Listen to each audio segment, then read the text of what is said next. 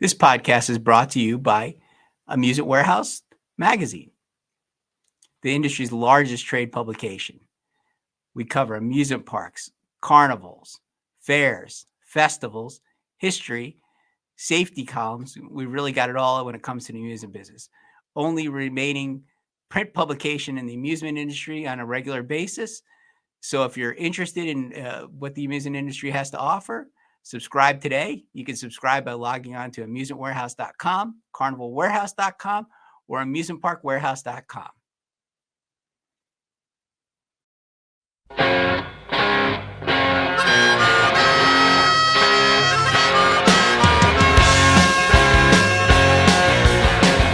to another edition of the Amusement Warehouse Podcast. Today, from my neighboring state, we have Kent Yelverton, fair manager or fair director, whatever you prefer, of the North Carolina State Fair. Welcome, Kent. Good morning, Ron. It's great to be here. Happy to be on the show. Great to have you. And I understand you had some water issues this morning that you fixed. So you're a man, half your day's over, I guess, already by the time we... 10 o'clock in the morning and already worked through one crisis. So just like fair work. That's true. That's true. And I want to get into your background a little bit, but 2018 was your first fair, right?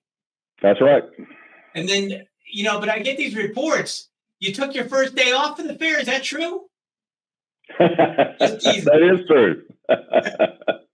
I read first thing I did was, they call me Captain Cancellation around here. I guess I earned it on day one of Fair One because we did. We closed. We were an 11-day fair. We opened on Thursday at noon, and we had a hurricane blowing through that day. So the safe thing to do was not open, and we were ready by about 10 o'clock the next morning to get going with a 10-day fair in 2018. So it wasn't nerves that you canceled? It was weather? Yes. So let's do it one more day. I need some more practice. That's amazing. Right. I wasn't quite ready for showtime. And that's, I think I read you'd said that the opening day had never been, well, almost any day of the North Carolina State Fair had never been really canceled before. So that's quite the welcome. We've had a couple of cancellations through the years for wars. The change in ownership of the fair, when the fair went from the Agricultural Society of North Carolina to the Department of Agriculture, where we currently reside, and of course, 2020. 2020. Yeah, that's quite the introduction, and for it really highlights. You do all that preparation, you get all ready, you do everything you needed to do, and it just shows, what it is with the outdoor event business is that no matter what happens, if the weather hits you, the weather hits you. There's nothing you can do. So you have all that anticipation and all that readiness, and then all of a sudden, God just closes the door. It can be a gut punch, no doubt. I used to, a year with my accountant one year, I went in and it was a lot of rain. I guess I was doing a lot of events that year, and he's like, "Why are you down so much?" I was like, "Man," I said, "like you see your door out here. It's like somebody else can come and just lock the front door, so nobody else can come in. And you have you're ready. You're ready to do your accounting. You're ready to do everything you did. You did everything perfectly, but somebody else just came and just locked the door, and nobody else can come in, and there's nothing you can do about it. So you get upset about it, or you can just live with it. But it is." Crazy. It's crazy. Of course, we have a lot of year-round events here, interim events, and most of those are 1, 2, 3 days, and many of them have an outside component. And I feel for those folks on bad weather days. It's hard, and sometimes that's in a few events that's their one time a year to do something for their organization, and it's wiped away for 12 months. It's hard. Yeah, it's a crazy business, but the one, and you're a numbers guy, and I love numbers too. The one thing that I've studied over the years that really kind of comforted me in a way is you think about like a weather disaster or, something like that affecting your fair, you get 1 million people or something like that. And then you say, oh, what's going to happen if we're only get 500,000? But really and truly, that almost never happens. I mean, really, your variance is very small. I mean, you get some weather, you don't get some weather, you have a good year. Okay, 10% here, disaster, you might get 20% off or something like that. But the numbers aren't so dramatic that they're, devastating. Now, I say that and something's going to happen this year. But in general, it's a small risk. I mean, as far as all the things we have to be worried about. I have known a few fairs that have had years that they had heavy rain on both weekends. What a terrible blow. That fortunately is rare. It's rare in October in North Carolina. But it's also something you have to plan for and to be prepared. If that happens, we won't be making as many repairs that year or other things. But the show has to go on for the next year. Yeah. But I guess what I'm saying is the people want to come. They'll come on the weekdays instead a little bit. Your weekdays will be better. You make up some of it somehow, so that's the really cool thing about it. Or the interesting years are when you have rain in weekend 1, get ready for weekend 2 because they're coming. And we have a very strong advanced sale program that we're proud of. And we call that rain insurance because that's what it is. It's money in the bank. But again, if it rains on that first weekend, those tickets are going to get redeemed in the second weekend. So get ready. And it's incredible. Do you find that like your advanced sale, a lot of it gets used up quickly? I mean, given that you have good weather, but it's amazing that's another thing that you see with.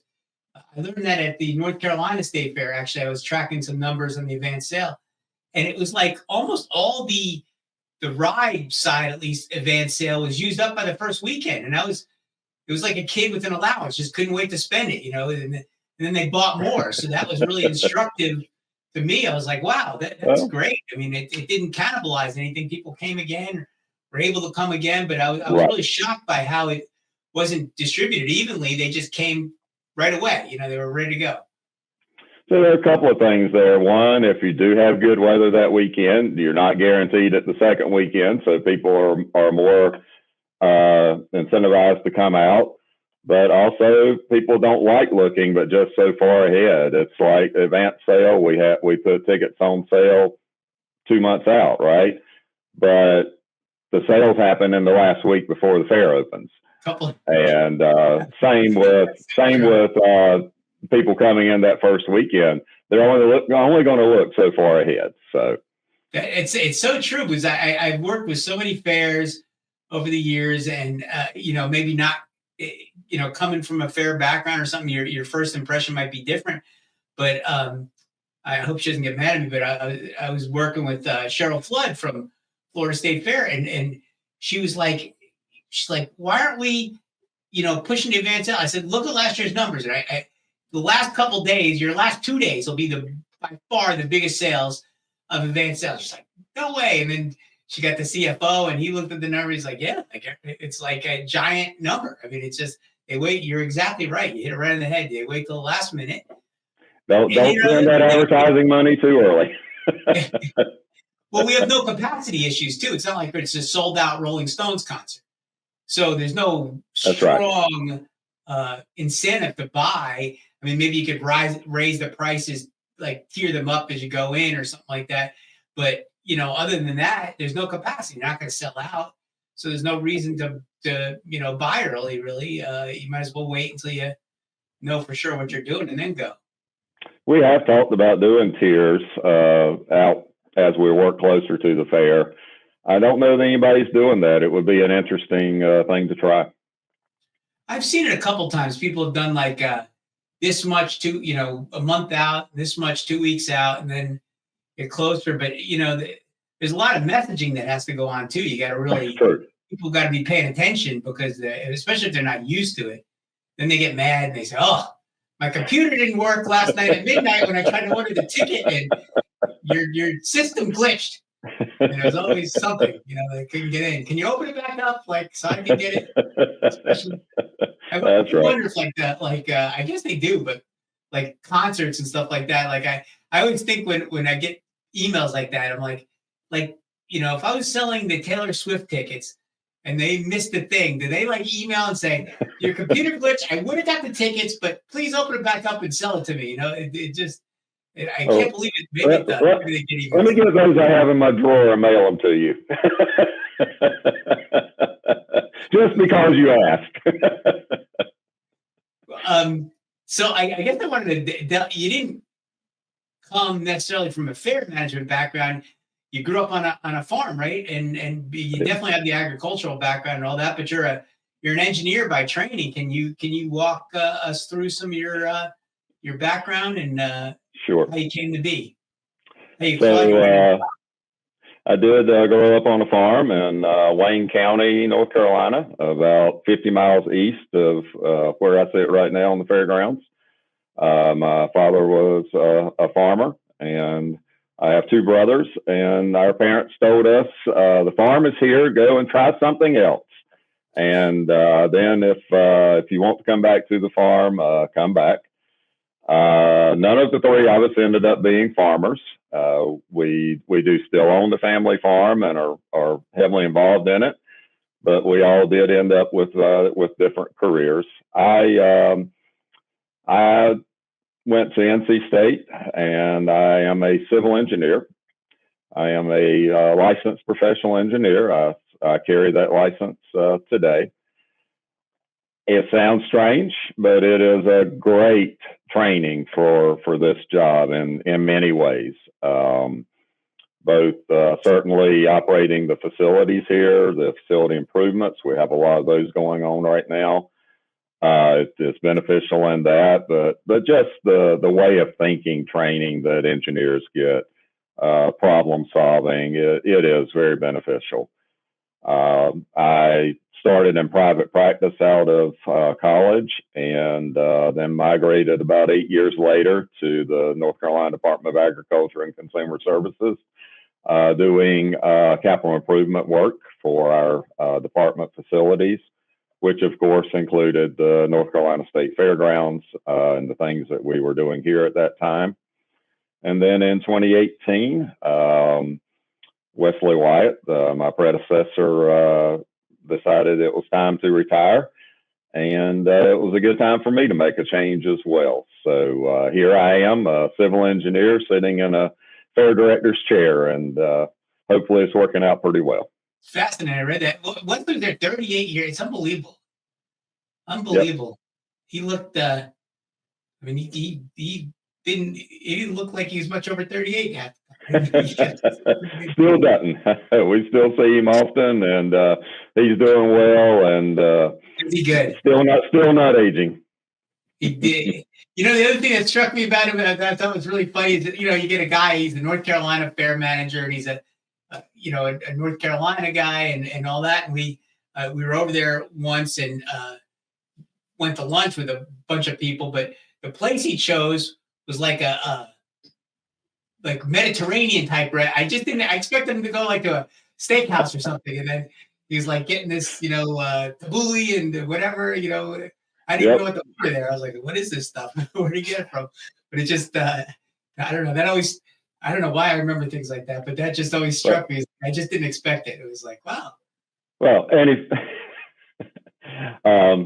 I'm sure Wesley will listen to this, and I hope he doesn't mind this, but if you look at some of our restrooms that we built during that time, he loved to decorate that restaurant as well, and we have restrooms with very similar tile. Oh, it's the same place. So he did love. I was shocked. I was like, wow, this place is interesting. I didn't know what to get, but he certainly knew his way around it. Yeah, that's so that was a big. I don't know why that struck me, but I was just so shocked by. I don't know why. It's how you have these preconceived notions of things. Although with you too, when you came on and you saw that, wow, the guy's a civil engineer, he hasn't really run a fair. How's he going to do?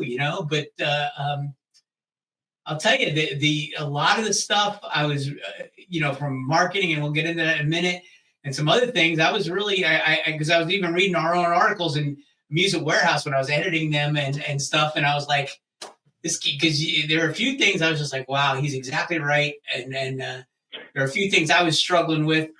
Like, for instance, you stopped, I think 2022, you cut out TV completely. TV and cable gone, right? That's a bold move, because I was still, on the fence with cable a little bit. I was definitely cutting back and doing a lot more digital, but I was, it's hard when you have those legacy things that have worked so well for so long. And then Kent's like, I'm done with no TV this year. And I was like, that's amazing. He did it, and I should be doing the same thing. And I did a little bit more. I still buy a little bit of cable once in a while, but some of those things are pretty neat. What were some of the, like, when you came in, did you say, I need to learn certain aspects of the fair that I'm not familiar with? I mean, obviously infrastructure and all those things you're an expert, you're great at, but coming into the fair, were you nervous about certain things? You said, I got to study up on some things. Well, certainly I benefited from being around it as much as I had been, spending a lot of time with Wesley and the other staff here. But you only know what you know. And certainly when you get into this chair, you find out how little you did know. But great staff here, great people to learn from. And the first thing that I said when I got here, and I inherited a great fair, absolutely. But the rule still was, we don't do anything because that's the way we've always done it. That is, in my opinion, that is the quickest way to failure. We are in a changing industry. We're in a changing world. I could still be putting ads in the News and Observer newspaper, but that wouldn't be smart either. And the same way with TV. People watch TV different. I watch TV different. You do too. And part of that is avoiding commercials, right?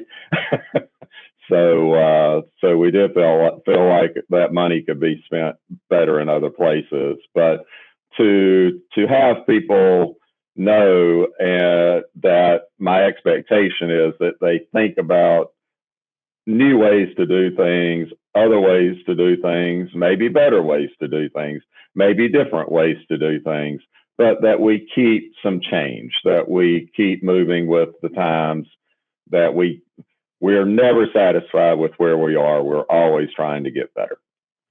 That's a great attitude. That's a great attitude to have. But obviously some of the tried and true is there for a reason, because it's been tested over time, and you got to keep some of that too. So, balancing that, weighing that is really important too, because, there are people that try to go like all digital 10 years ago and fell on their I know somebody that did like an advanced sale campaign, all digital. They sold like no tickets whatsoever a while back. Sometimes I guess they're ahead of their time to a certain extent, or maybe the medium wasn't ready yet for it. But the fairs are constantly weighing that tradition of old and new, and putting the things together and seeing where things go. That's right. So we just had the IFE management conference a couple of weeks ago. Canada, of all places. It was fantastic. And the programming, as always, was fantastic. But what we talked about for 2 days was why.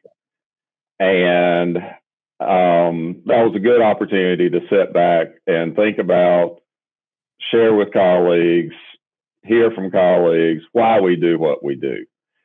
We do a lot of things at our fairgrounds. We do a lot of things at North Carolina. All the other fairgrounds do a lot of different things. But why do we do it?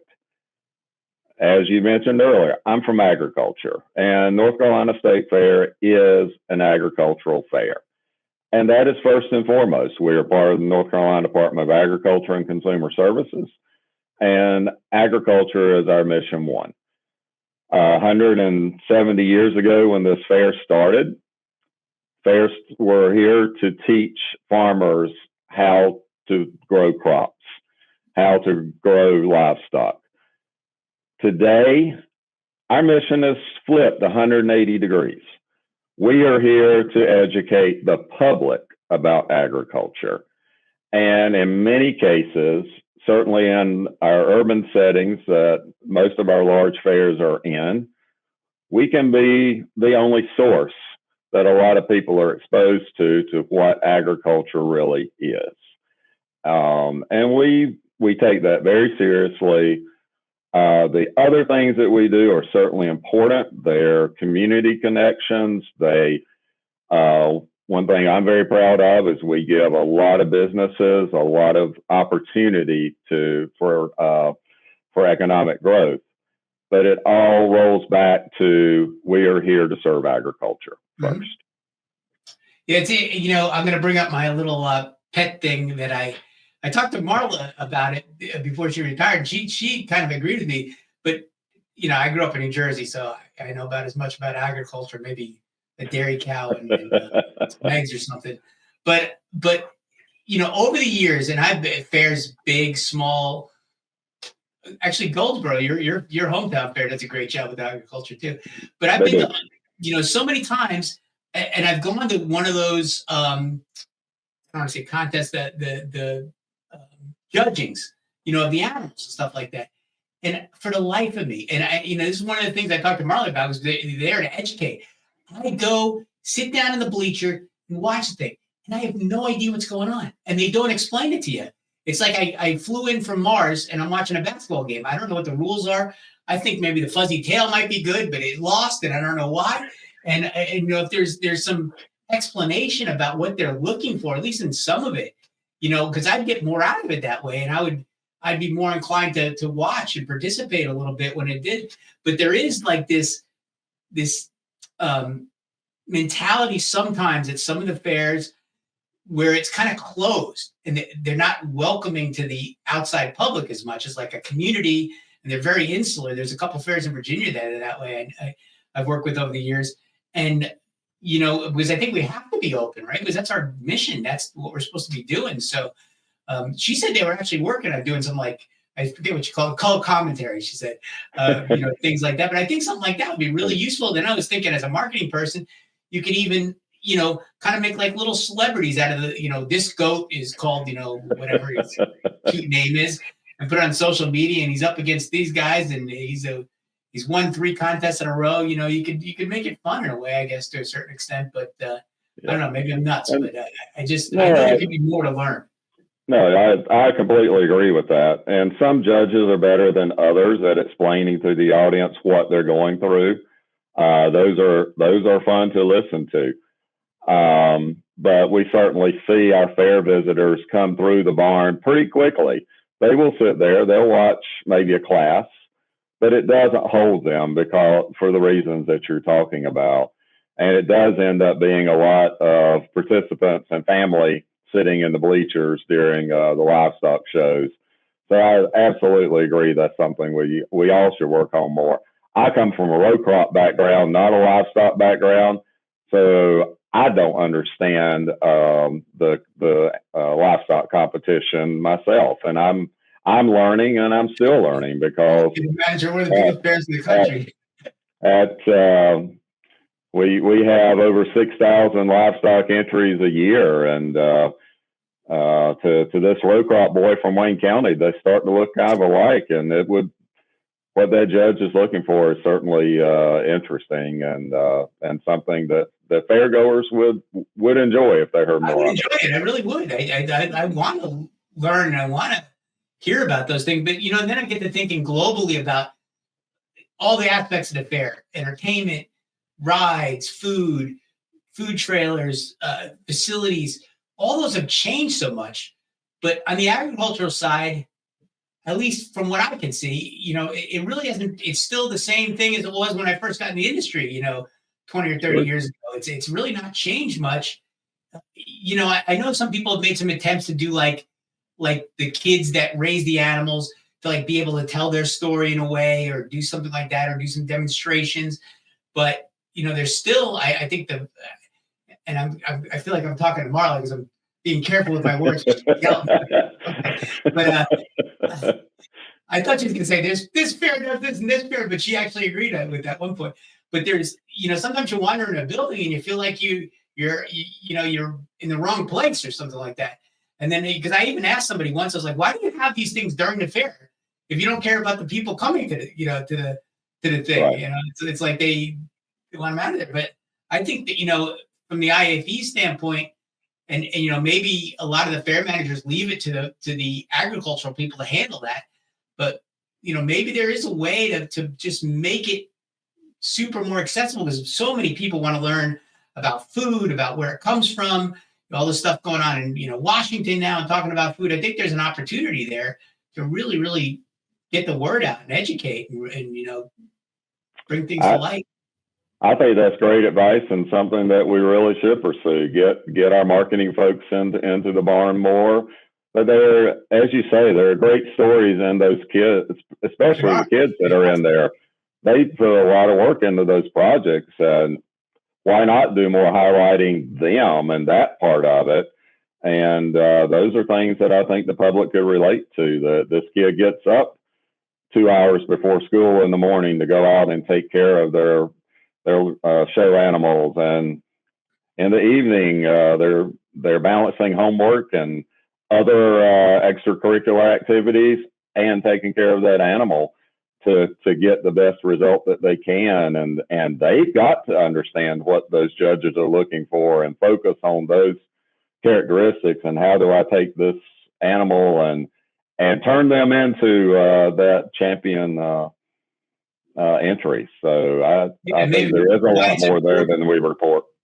Why it's important to feed them a certain food is opposed to another type of food, so that when we eat it, we're healthier, or better off, or whatever it is. The steps that they take to keep the animals safe and themselves safe, and the things that it's a big topic right now. So you think it's a great opportunity, I think, for those that are willing to seize it. But it's kind of like even yourself as a fair manager, it's kind of like, okay, they're over there with their thing that they do. They're very organized, and they have it's well structured, and they do their thing. But the accessibility part, there's a way to do it. I think it would be just fantastic for everyone. We've just finished reviewing our scholarship applications for the year, and they part of that the kids do an essay, and it's what characteristics have you learned through livestock showing that a future employer will value. And that's fun to read, how to see it through their eyes of what they see that they're learning. Certainly perseverance was a big one, resilience, but they are learning life skills. It's like, I came up going through Boy Scouts. I was in Boy Scouts to learn life skills that would translate into future. And it's the same with the livestock program. But as you say, we have dedicated people in the barn working those livestock shows.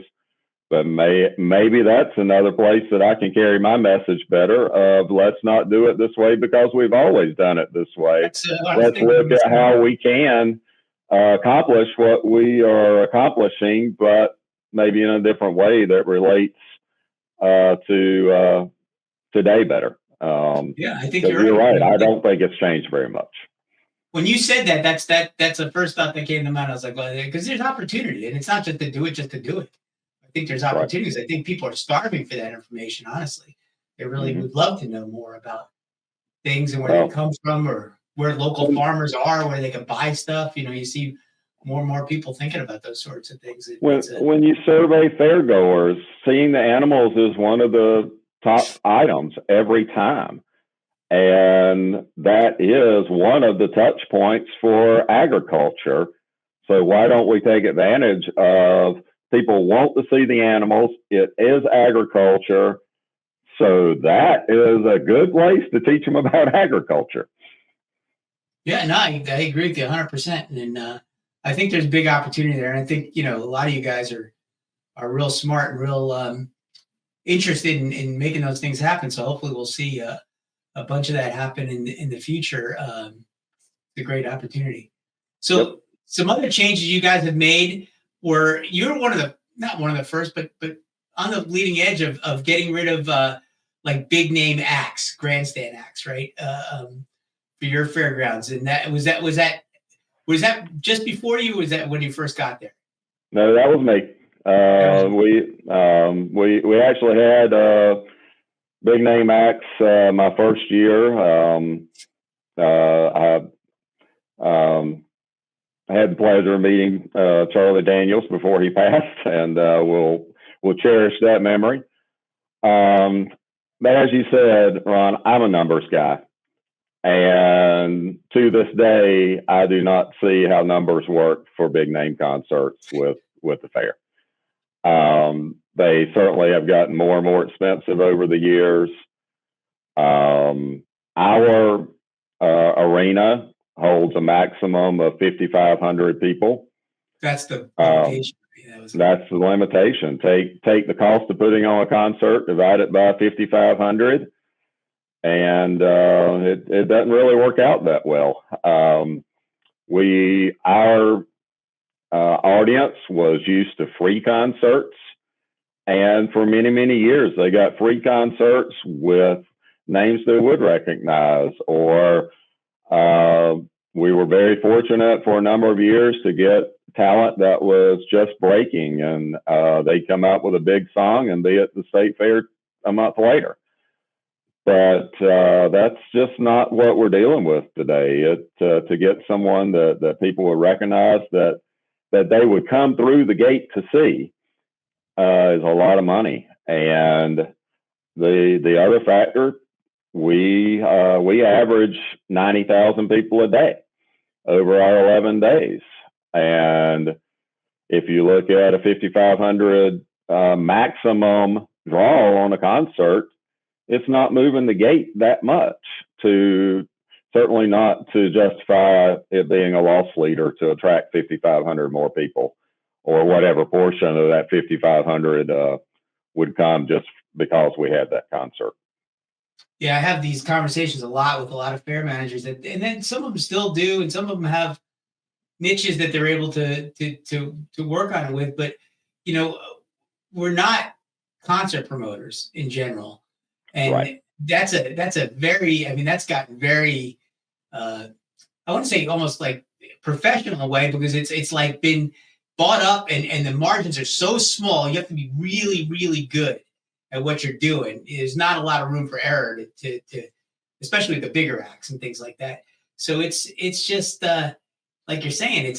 I've heard arguments. Well, yeah, the buzz, and maybe like a county fair, where you have a big name act, and because you look at a static analysis and you say, okay, this many people, this person when they come through the gate is worth this because they're going to spend so much on rides, so much on food, so much on whatever, plus the cost of the ticket. So maybe I'll be okay and they'll buy some beer. But then you have the buzz of people talking about the fair, and maybe, amusement parks do that. They build a new ride. Maybe that one ride doesn't pay for itself directly, but the buzz, and it increases attendance at the venue during that year. But, those dynamic analysis, they're a little tougher to make, especially when you're talking to your accountant and you say, oh, well, I think it's going to do this. And they say, well, no, I need to know 5,500 divided by whatever equals this. So it's just tough. It's a tough business to be in, and it's not a business we're in year round. So it's tough to get into for a couple, especially at the levels you're talking about with. That's right. Are there some niche acts? Could you do gospel or country, or not country, but Christian rock or something like that? And be okay, 10,000, 20,000, whatever, be all right. But you might be able to find some niche, but it takes a lot of research. It really does. Hispanic and all these different things. It's just not easy anymore. And people expect big names. I run a fair in New York, Orange County Fair. And, back in the day, we used to have the biggest name like you're describing. Huge names, Metallica and Van Halen and people every day. Why don't you have Metallica? Why don't you have, and they have no idea what these acts cost or what the thing is. They just want to know why you don't have them. They're like, well, we're just denying you these big name acts for no reason. Ron, one of the last big acts we had were podcasters. We had the last year that we did big entertainment, we had Rhett and Link, and that was one of, I think, 2 sellouts that year. So that showed us changing times as well. I think the other thing you see fairs doing is reducing the number of big names. They maybe in the past, they had a big name every night. Now they're doing it certain nights. And that's certainly a way to manage that cost as well. Yeah, well, it's just impossible. There's names I never heard of that are getting these giant figures. And my daughter saw somebody open for somebody last year. She's like, Dad, you should get this girl. And I asked about it was like 200,000. I said, I never even heard of this person. But they, they command that kind of money. But I did see, I was reading in some of the concert business trades that things are pretty soft right now. A lot of acts are downsizing, not selling the tickets that they thought they were selling. So, maybe things will come back around. We can only hope. And you went to a lot of like local acts too, right? We are all North Carolina, and that is a great marketing piece. Come out. That's right. Come out and see a band. Find your new favorite band. This is my favorite band from Raleigh, North Carolina. That's right. Ty Else. Thank you for that, by the way. Everything better be a North Carolina State Fair T-shirt, but Connell's are second, so that's awesome. Yeah, we love doing. We do 2 stages of all North Carolina, a lot of different genres, and I do think people get exposed to music that they may go looking for when they leave the fairgrounds. That's pretty cool. And I think that change needs to come too with even the grounds acts, because you see a lot of the same things, same stuff, nothing too super exciting. When you go to the conventions, I mean, maybe it's a bigger fair, you might be able to, grab a big name act, but there's been like a consolidation, like where you see the same type of act, like 8 or 10 of them, like a Globe of Death and a something else and something else.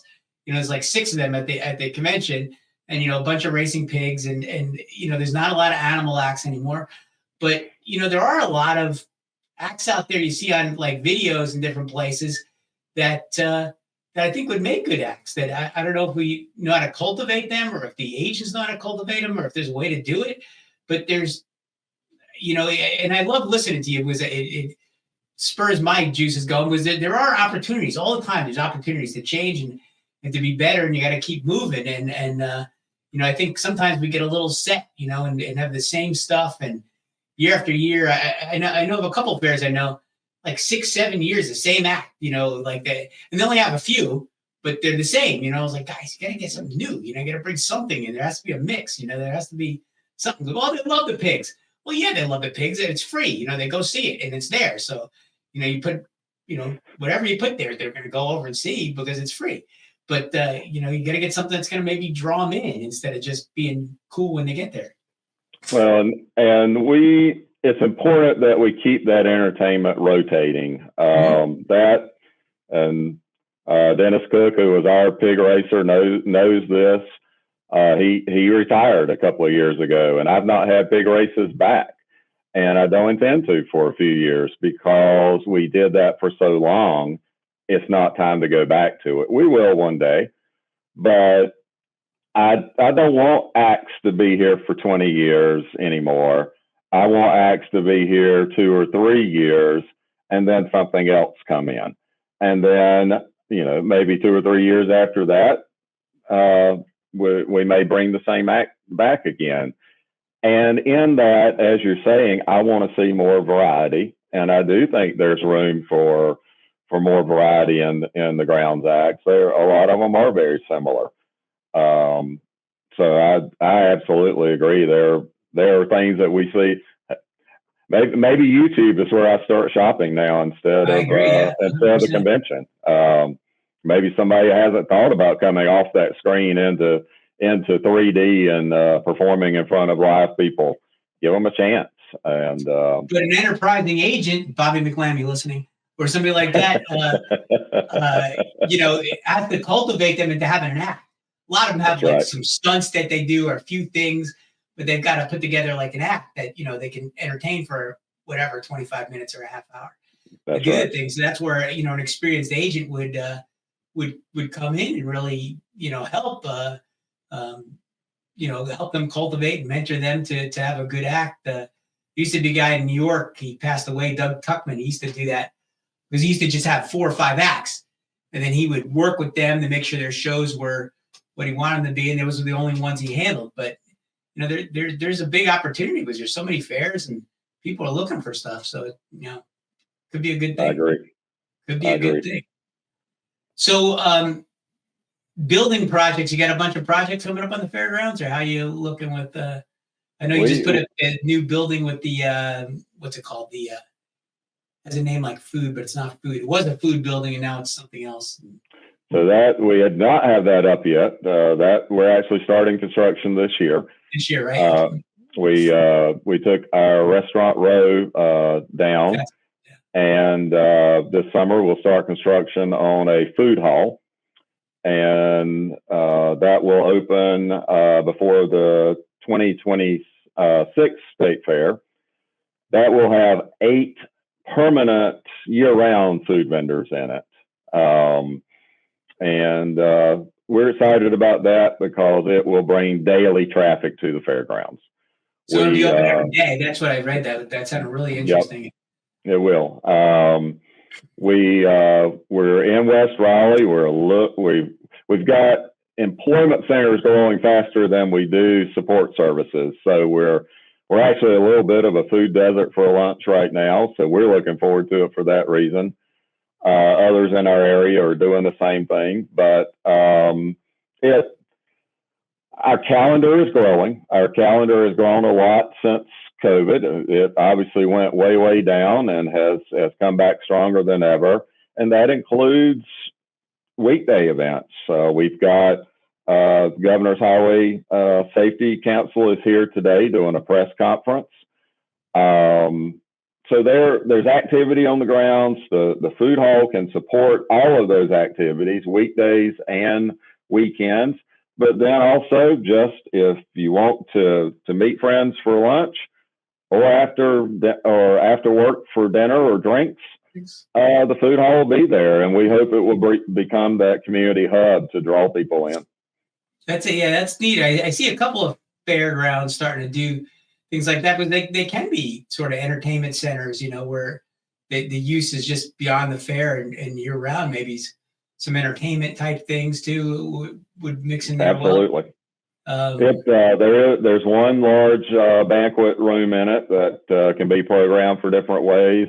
Some very nice outdoor spaces that can be programmed this time of year for cornhole tournament or a movie outside or things like that, just to draw people in and let them enjoy their fairgrounds. Right. So we look forward to that. And get used to going there for everything, just yes. The stuff goes there. Because I'm fascinated by those facilities. Fairgrounds are one, but NASCAR tracks and these giant facilities that are, used just a couple of weeks a year. I mean, I know obviously fairgrounds use more than a couple of weeks a year, but for the marquee item, it's just there, a couple of weeks and it's our tracks. But to develop them into something that can be used all year round is a great, and financially it's a fantastic thing to do. Is that all fair? Well, I was going to say it's also it's a numbers thing, Ron. It's there are many fairgrounds across the country that have horse racing tracks or have casinos or different things like that on their grounds that we don't have and don't foresee. But those are steady sources of income.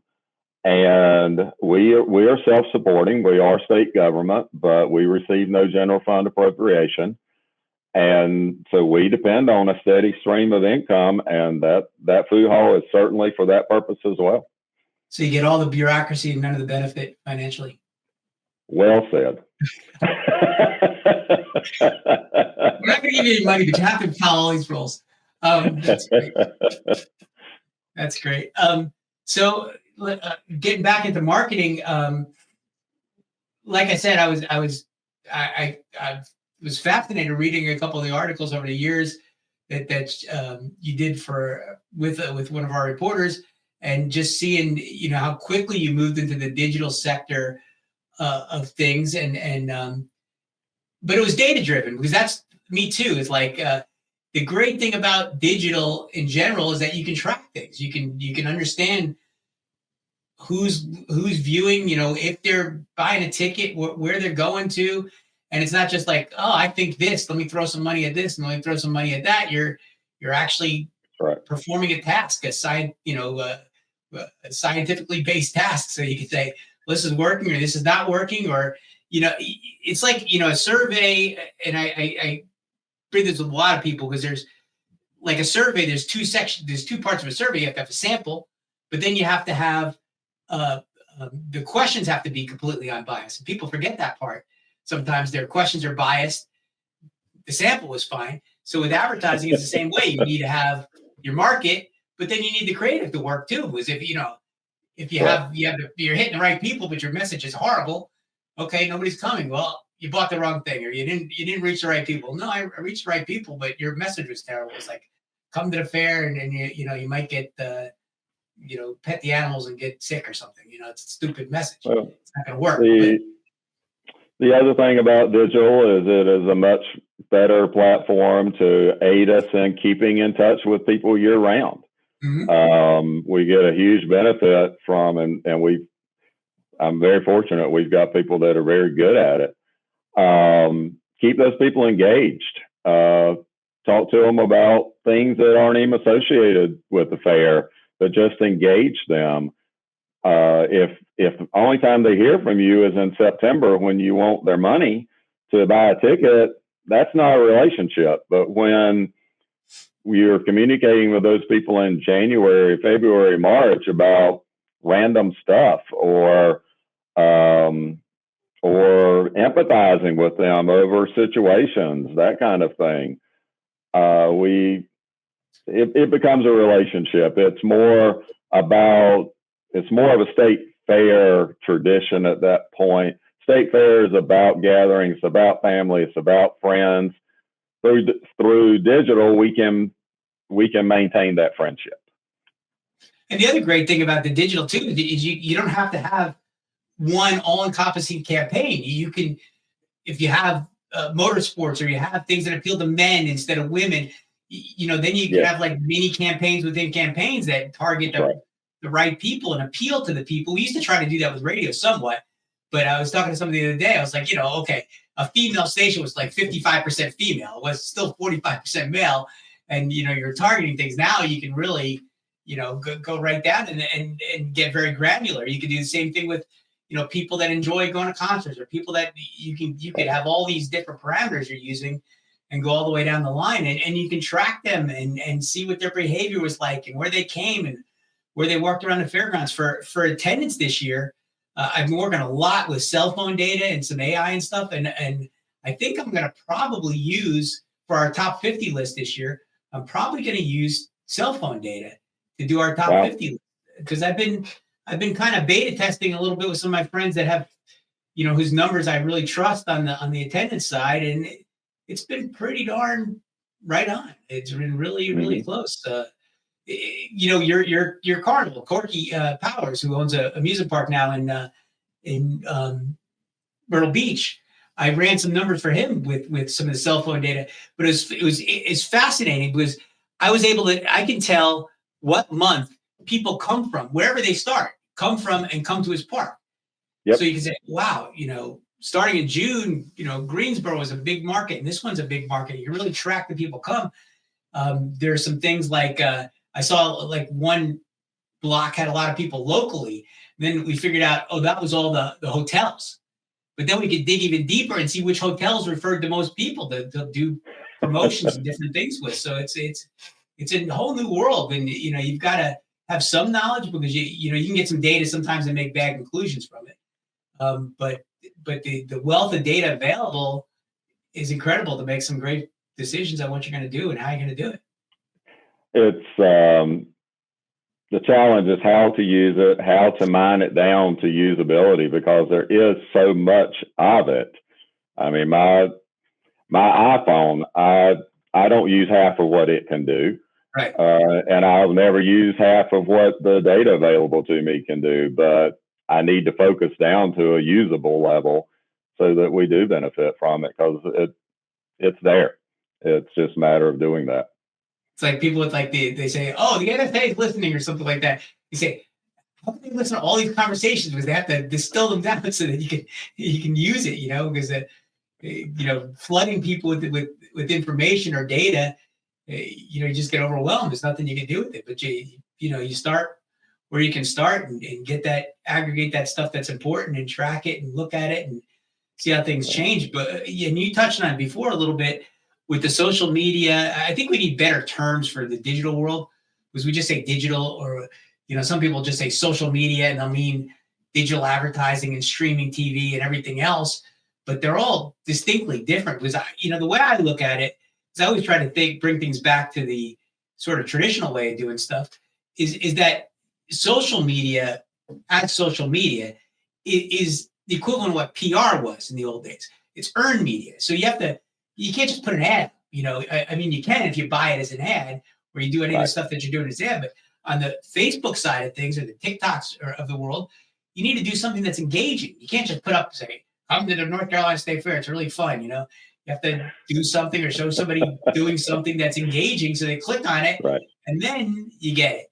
It's a PR play, whereas advertising is a different thing too. With even on the digital side, it's a different thing. So you've got to have the people that are well versed in doing the social media side, but also people that are more traditional advertising things. Because you got to earn it. Well, that goes back to something that's very important in our industry. I think you and I have talked about it before, Ron, and that's how to attract the younger generation, how to attract new people, how to attract people who have just moved into your area. The people that the traditional visitors to the fair, they know the fair's in October. We don't have to spend a lot to attract them, other than let them know what the dates are this year.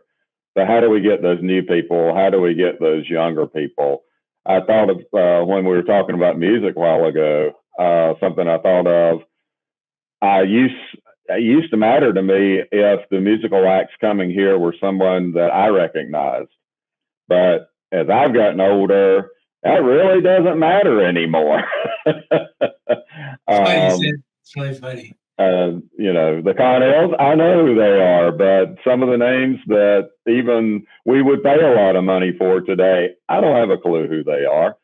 But, and this came out of the IAFE conference a couple of weeks ago, we don't do everything for ourselves. If I brought that name to act in and paid $200,000 to have them on my stage, and I didn't know who they were, that may be okay, because I'm not doing it for me. May not be doing it for you, but I'm doing it for someone who it matters to. You're doing it for the public, the people you're trying to draw. It's funny, because earlier on in my career, I was targeting women 25 to 54 for something. And, a gentleman that worked for one of the companies that I was doing it for came up, and he was about, I don't know, the 50s or 60s. He said, I haven't heard a single ad. I said, good, it's working. Right. Another lesson I got was actually at the IAFE convention. One year I made a deal with a guy that was doing a big thing with Disney stars. And he had this show that the Disney stars would come on, they'd MC, and they'd have a thing. And I had like 3 pretty big Disney stars in my booth. People just walk by. No idea. But then, like, somebody brought their granddaughter or something, and you would have thought Elvis was in my booth, right? They went crazy. It got me to thinking, like, we're buying kids' acts, right? They're going to see a puppet show, and they say, oh, that's what a kid would like. A 65-year-old man or whatever is deciding what a 12-year-old kid or a 10-year-old or an 8-year-old kid likes. And are they doing any research to really find out? Or are they just like, it's all from their brain, what they think you might like, or what a Hispanic person might like, or whatever a kid might like. And I don't know that that's the greatest way to do it. No, that is so important for us to realize and follow through on, because we are not our audience, or we are a segment of our audience. Yeah, of course. And we're a segment that we pretty much have nailed down. That's true. You do get them, but you kind of always reintroduce yourself and always renew yourself. So I think people get a little complacent. They say, "Oh, we went last year." you always got to give that, I think you said in one of the articles, fear of missing out, that's used so much, you got to always have a reason to go this year, and one of the reasons, like you talked about the pigs or rotating the acts, because there needs to be something new. If they say, well, I saw that stuff last year, I don't really think there's anything new, even though there's a million things that are new. And that's another thing we got to do is take ourselves out of the being in the fair and look at it with the eyes of a person that's outside. Because to us, it may be rote or it may be not that great, but those things everything is spectacular to somebody who's never seen it before. So yeah, even though we've seen this pig act or that circus act before, or we've seen a million fireworks shows, because I can't even watch a fireworks show anymore. I get so bored with things, but people love it. They love it, and they go and they see it. So we got to make it exciting, because we got to look in the eyes of other people. We say, oh, pick me up at gate 8 or exit through gate 8. Your average person doesn't know where gate 8 is. You know where gate 8 is. I know where gate 8 is. They have no idea, so we write some things sometimes, or we do some things, we book some things, and the public has no idea. We got to, put ourselves in their shoes all the time, constantly, and continue to say what's new, what's cool, and what's fantastic about the fair and why you need to come. And that important word these days, Ron, experience. Mm-hmm. We have to live their experience so that we know what, when they come to our fairgrounds, and it starts on the interstate before they take the exit. What is their experience from the time they arrive to the time they leave? And we have to see that all the way through. And that's how we bring them back. Whether, if they have a bad experience in the parking lot before they get to the gate, they've already decided they're not coming back next year. If they see every little thing in the same place as it was last year, why spend $13 next year? I can look at my pictures from last year. Yeah, no, it's very true. It's very true. So it is. That word is overused these days. I make a joke about it, but it is true that the experience is important and that we bring to our visitors. Yeah, it's why you highlight what rides are new. What did Corky and Frank bring in this year that's new and different and neat, and you bring in whatever entertainment you might have that's new, or whatever is going on in the barns, or whatever store you have. All those things are so important. You got to really go through it carefully, like almost like a detective, and say, or put on your promoter hat and say, why is this cool? Why would this? Is that the only one of its kind? Is this thing different in some way? Is it something they're not going to see? Is that the tallest, largest, fastest, whatever it might be that you have there? Is it the only pickle pizza, within 100 miles or whatever it might be? And that's what makes it different. I mean, and you never know what people are going to latch onto too. Things become so virally famous or popular. And food is a great direction to go with that, because pickle pizza. 2 years ago, it was a strange thing. Now we all have it, and multiple of it. But when was the last time you went out to a restaurant and ordered pickle pizza? The only place you're going to eat it is probably at a fair. And so that's a reason to come to the fair. If you like pickle pizza, come to the fair and get it and enjoy it, because that's when you get it. And the atmosphere, it's not just the food, it's the atmosphere that you're eating it in. No, you're 100% right. And all the stuff that's, you coming to the fair and having a fresh perspective on things. And I just love how, inquisitive you are with things, and the drive to continue to do better. I'm not just, I really did. From the first article I read with this, I said, this guy, for an engineer, is pretty good with the promotion on that side of things. That's pretty neat. Because I had preconceived, I was like, oh, he's an engineer, he's going to talk about bridges and things. I don't know what he's going to talk about. But you had some great insights on stuff, and I love how you're constantly trying to improve and constantly looking at things and constantly moving the customer experience. I think it's fantastic. And if you book the Connells, I'll be really happy this year. Can you get me a price break? We're cheap in Right. Raleigh. That's right. I was going to say. I mean, they should want to play the state fair in Raleigh, right? They absolutely should. I actually got a price. If they want to play as bad as I want them to play, we should be able to come to an agreement. I can broker it, I think. I'll see what I can do. Okay. Yeah. They draw a lot in Raleigh, too. Actually, they do pretty well.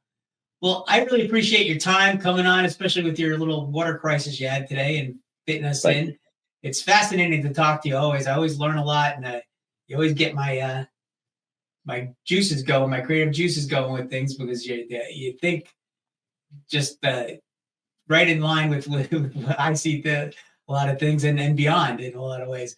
So it's always fun talking to you, and can't wait to see what you got in store for the fair for this year. Thank you so much for coming on. Thank you, Ron. It's been a pleasure, and always enjoy visiting with you as well. So take care. You got it. Tell everybody hi. This podcast is brought to you by Innovative Ticketing is the ticketing source made for the amusement industry.